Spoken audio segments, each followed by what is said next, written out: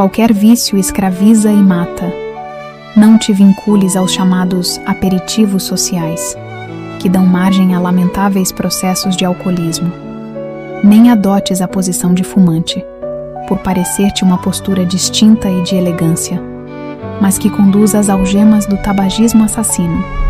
Jogo, sexo, gula, anedotário servil, para citar somente alguns, iniciam-se em pequenas doses, para culminar em cárcere moral, quando não em penitenciária comum.